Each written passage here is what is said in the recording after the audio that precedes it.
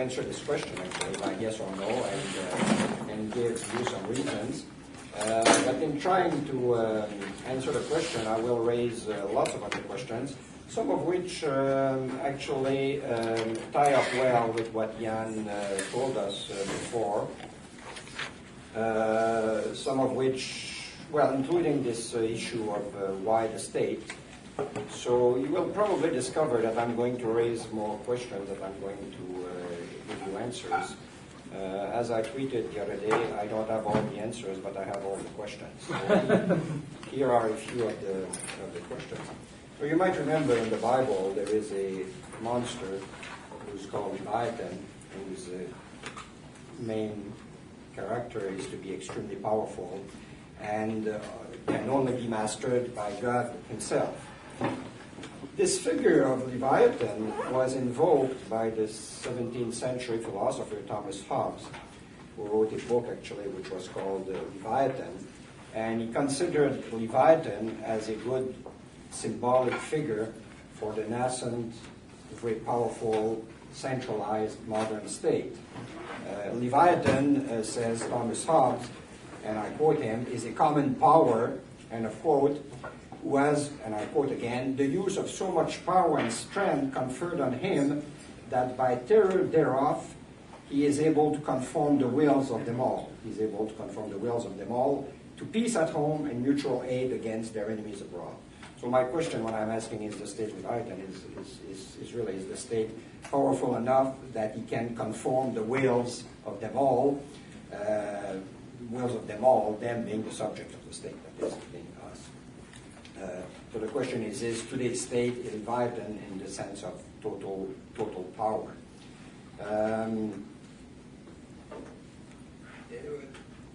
Hobbes thought that the powerful state could be either one person, a monarch, or could be an assembly of people. And when you ask questions like, is the state Leviathan, you might think that the person who's asking it is personalizing the state, which I'm of course not. The state is a complex organization, but we can, if it is true that all the incentives in the state, within the state organization go in the same direction, you can consider the state as a unique actor. Just like you can consider that if everybody in General Motors has the incentive of increasing profits, the objective of General Motors is increasing profits, even if General Motors is not a single person. Before I try to answer my question, I thought it would be useful, and I am happy to see that it fit with some of the things that Jan said, to ask, before we ask questions about Leviathan, is it necessary to have a state or not? And, as you know, there are really two big, at least within libertarianism, two big schools of thought on this. On the one side, there are the anarcho-capitalists. Well, people, this article of Holcomb that Jan referred you to, which is very interesting, was actually in an issue of the Independent Review when there were a couple of articles, or at least they followed, and I think there was one by our own Walter Block on this debate against the Holcomb idea. And there were a couple of people. So, the debate is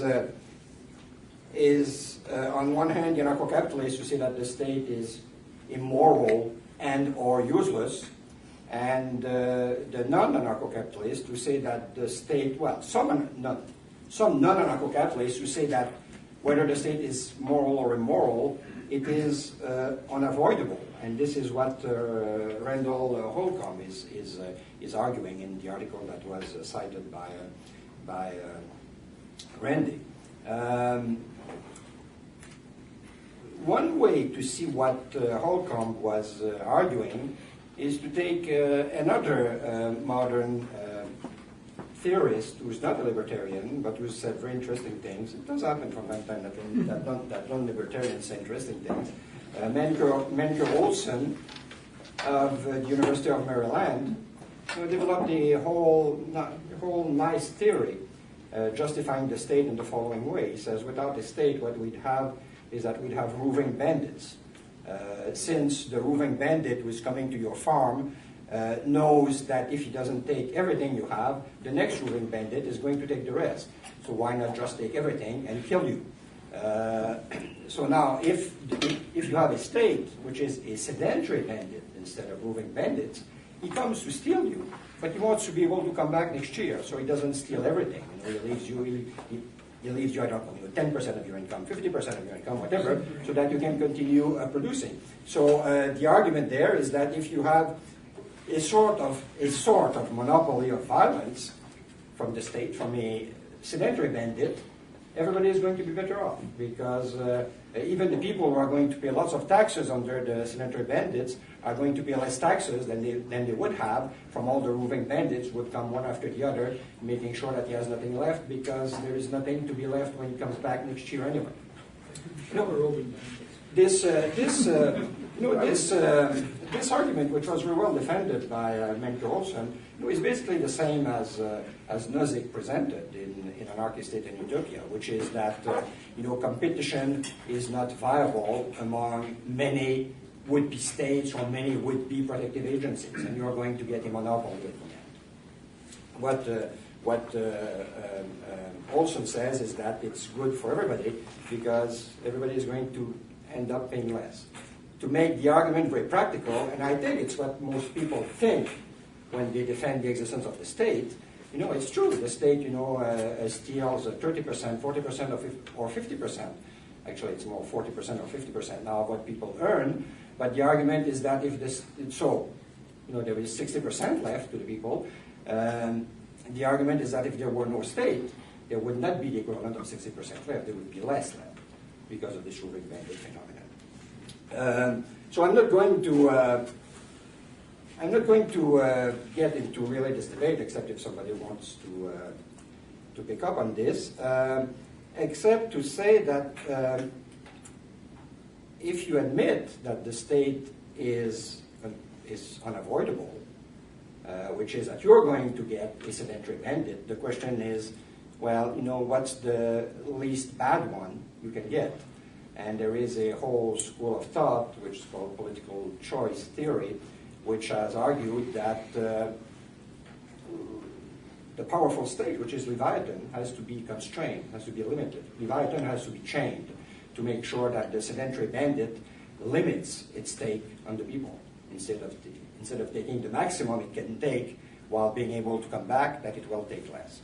And this ties up, of course, with the whole constitutionalist idea that government, the state, should be limited. When I say the state, I mean the whole apparatus of government and all levels and all branches.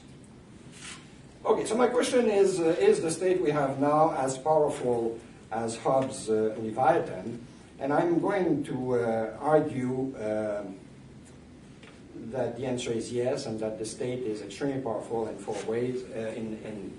Four ways, are under four chapters: expenditures, welfare state, regulation, and surveillance. So I'm going to go quickly through this, because I'm sure that most of you know most of these things. I do have some interesting little data there if you want more. Well, on some of these aspects, my last book, Someone in Charge, has some of the data on it. So over the 20th century, the state has grown tremendously. Beginning of the 20th century, in Western countries, the state was taking something like 10% of GDP. At the end of the 20th century, we were at between 35% and 50%, depending on whether you were talking about the United States or European countries, or in between, like Canada. If you look at these figures, I actually was talking about this with Paul yesterday. I haven't done the figures for Canada, but I have been done for the US.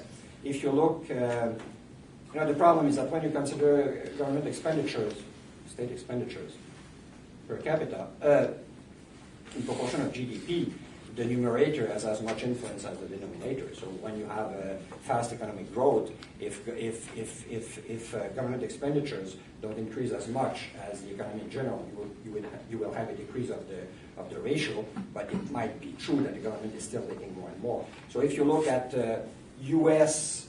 total U.S. expenditures per capita in constant $2002, you get some very interesting figures. In 1929, it was $830.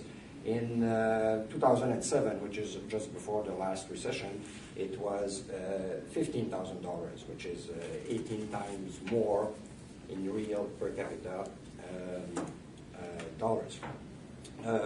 Now, why public expenditures have increased so much during the 20th century? The main reason is the welfare state, is that the state has been paying more and more for things like public health, or old age pensions, health care in most countries, actually, even in the U.S., different sort of income support, unemployment insurance, and so forth. And that's the case even in the U.S. In the U.S., in 1929, you had social benefits, which is basically transfer payments to persons, accounted for 4% of government expenditure. In 2007, it was 37% of government expenditure for all personal transfers in the U.S. If you take total social expenditures, which is you add to government transfers direct expenditures on housing, for instance, on health and recreation and culture, not only transfers, but the hiring of bureaucrats or the building of the buildings necessary to offer these so-called services. From 1960 to 2007, these expenditures have gone from 30% of total government expenditure in the U.S. to 60%. So you've had a doubling of the welfare state in little less than a century. Today in the United States, you get basically, what that means that today in the United States, you get basically 2/3 of public expenditures that pay for welfare state functions, health, education, and such, urban development. One interesting question we might ask there is whether this growth of the welfare state, which explains a large part of the increasing government expenditure over the 20th century, is whether it's a demand phenomenon or a supply phenomenon. That is, to which extent has it responded to people's demand, and to which extent, on the contrary, has it just been caused by the natural tendency of the state to grow? This question does have, as I think you will be able to read between the lines of my spoken words, some impact on how we can bring people to libertarian ideas. Well, James Buchanan, who is really one of the main creators of the public choice school of economics, and who won the Nobel Prize in 1986, if I'm not mistaken, argues that it has been basically a demand-side phenomenon, that the welfare state has grown because people, which is the majority of people, the important part of the people, have wanted the state to take care of them. He calls this phenomenon parentalism, in opposition to paternalism. Paternalism is imposing your own conception of somebody's good on the person himself. Parentalism is the person coming to the state like a child to his parents and asking to be taken in charge of, asking to be given security. Excuse me, I just don't hear you. Parentalism. Parentalism and paternalism. Paternalism. Yes, paternalism. paternalism. Paternalism. Is the right, yes.